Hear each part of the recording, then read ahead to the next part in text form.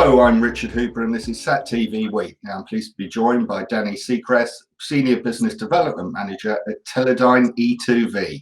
Welcome, Danny. Hey, thanks, Richard. Thanks for having me. Now, leading up to Satellite 2020 in March of this year, Teledyne e2v Hi-Rel made several new product announcements. Let's start with your new 6 GHz RF Power Limiter. What purpose will customers deploy this power limiter, and what are the key advantages that it offers? Well, Richard, I'll tell you, the original reason we developed this product was at the request of a large stateside customer here in Colorado, and they were looking for a way to protect the low noise amplifier in the receive section of their satellite. They had gone through most of the process, manufacturing, development, before they realized that they didn't have anything to protect that low noise amplifier from any kind of large noise spikes that might develop off of the antenna right into their receiver. And so we developed this product for them.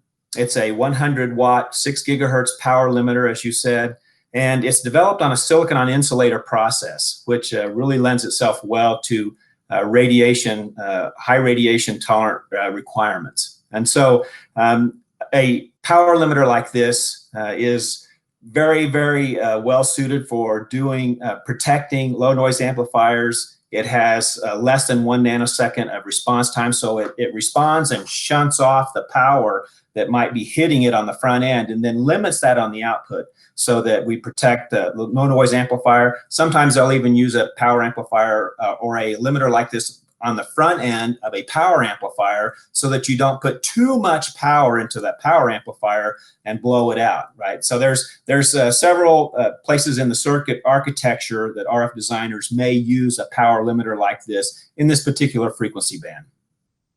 So that's quite interesting, but can you give us some idea of the sort of sectors or markets it would be used? Well, we've targeted this. Basically, it's a high-rel or high reliability device, right? We do all of the space screening for this device, and therefore it's a very high value component. It's in a hermetic ceramic package, and we do all of the screening, shock and vibe, and we do radiation tolerance testing, thermal shock testing. And so that means that the part's going to be a fairly expensive device. So it's really geared towards high reliability applications, such as use in satellite RF signal design chains, receive sections, transmit sections, if you're using it in front of a power amplifier. So it's really geared towards the higher value applications of MEO, which would be middle Earth orbit, or geostationary type satellites that have a very high value. Now, you've also put in another new product, which you've just announced, the rad-tolerant double balance mixer, the first RF mixer produced by Teledyne Hi-Rel. Yes. What are the key benefits of this mixer to the space design community, and why did the company decide to launch it? Well, again, here it's another application where a customer came to us and they had a need. They didn't see anything in space capable components in this bandwidth. So this is an 18 to 46 gigahertz double balance mixer, which means it's really geared towards K or Ka band, even Q band type applications, which would be an RF design engineer designing a mixer into a up converter or down converter in the satellite RF frequency chain. So the customer came to us and said, hey, can you guys develop this product for us? And we said, certainly. And so we set about to developing this particular mixer for this particular frequency band. It's a double balance mixer, very well suited for these kinds of applications. We developed it in a gallium arsenide process technology, which lends itself to being a very good, very radiation tolerant device, and it's available in die form. And this customer is building their own hybrid modules. And so they've developed this module, needed this mixer for completing their signal chain at the particular frequency band that they're doing up and down conversion. And it's very suited. So we delivered that part, released it at the end of March. So usually in most all cases when we're working with customers and they're specifying a product they want us to develop, we then in turn turn that into a catalog device. So then it's available to the entire space community of RF design engineers, or particular might be flight avionics and high altitude flight applications. And so that's our goal, is to be able to, when a customer has funded this, they don't ever get exclusive access, maybe in very rare occasions for a limited amount of time.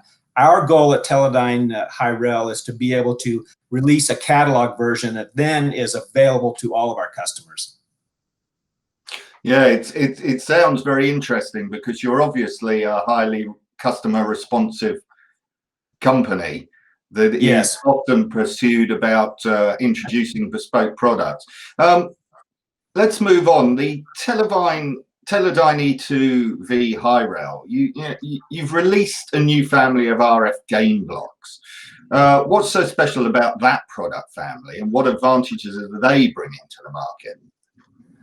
Again, based on some previous experience I've had at other companies, I knew that the market is always interested in having just a really good radiation tolerant gain block, just a kind of a standard general purpose amplifier. Now go back and think in terms of like the LM741 developed years ago at National. I worked at National many years ago. It's a general purpose op amp, right? That design engineers could use anywhere. Well, it's no different than in satellite design. There are certain functions where we just need an amplifier that can gain the signal up so that we can maximize the dynamic range of our RF signal chain design. And so based on some early experience I've had in previous companies, I thought, okay, I wanted to put out a family of gain blocks. And in this particular instance, our TDGB010 family has offered in 3 gain flavors: 13.6 dB, 16 dB, and 18 dB. And so what that allows the design engineer to do is to choose a gain block or a standard amplifier that's already been space qualified. It's in a very small 2-lead gold wing package. It's been developed in an indium gallium phosphide process technology here at GCS in Torrance, California. And it's a stateside wafer fab. So for a lot of the defense space primes that prefer to use onshore sources of semiconductor supply, have a component they can go to that's already it's in the catalog, it's been space qualified. I have flown products from that same process and many other space programs in my previous lives. And so now we have this family of 3 gain blocks, and we've already shipped flight units to our initial customer. We released the catalog version at the end of April, and now customers can just go to this device and select it, whichever one of the 3 that they need for their particular RF signal design. Now, as we all realize, we're in lockdown. These are very difficult times. What are the opportunities for growth moving forward, and particularly product development?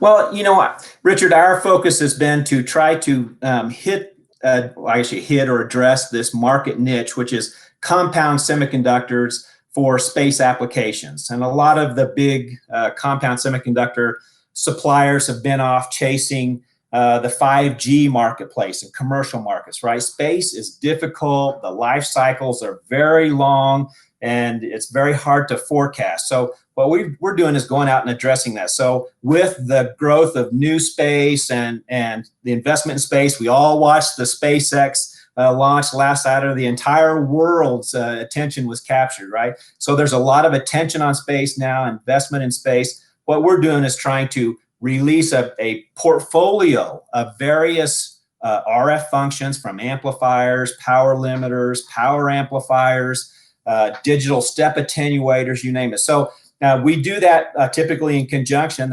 Customers come to us and request, and they have funding, and usually those projects that have funding jump to the top of the list. But in addition to that, we're also trying to build out this portfolio of L band out to Q and U band and even beyond. And so we're developing these semiconductor devices to be highly radiation tolerant. We'd always do radiation testing on our devices. We Sometimes they're offered as space qualified die. Many times in full hermetic package devices. We're doing COTS products for low Earth orbit constellations. So a lot of growth opportunity. And so whereas some of the other suppliers are focused off in the commercial 5G and Wi-Fi markets, and those that have very, very large market sizes and TAMs, we're over here focusing on trying to address the needs of the space market, the RF design engineers in the space market, and doing we in addition to customer funded programs, we're also doing internal funded programs we call IRAD, internal research and development, so that we're funding our own to help us fill out that portfolio across frequency bands and across functions. Now, finally, you're talking about where you focus. Clearly, the market is changing. Everybody's talking about new space. Has that Correct. actually changed your thinking? Well, it is. It's an opportunity in that, there's a lot of investment there right now. And so all of the satellite companies around the globe and the subcontractors to the big satellite primes, whether it be, Lockheed Martin or Boeing here in the US or Airbus or Thales Alenia Space over in Europe, everybody's trying to figure out how to be able to take part in this new space environment. And so typically those are smaller satellites, low Earth orbit, short mission life, maybe 4 to 5 years, and they need lower cost components and plastic components. So we just have had a recent meeting with our general manager of our business unit, and he's driving that. Okay, we need to find ways to do more costs. So sometimes that means less screening for customers, and thereby when we do less screening, it brings the price of the components down. We may not need all of the full geostationary satellite type screening that would for 15-year plus lifespan.